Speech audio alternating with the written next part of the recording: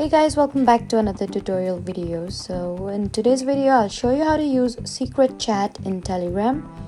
So first open Telegram and sign in to your account. Then find the person you want to start a secret chat with and open their profile or chat option and look for start secret chat. Now tap that option and confirm that you want to start the conversation.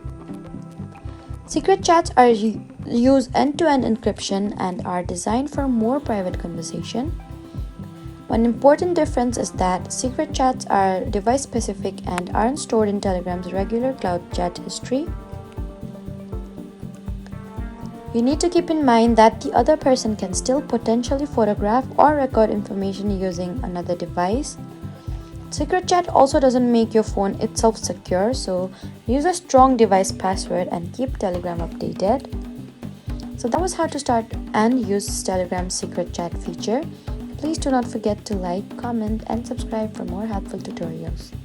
Thank you for watching.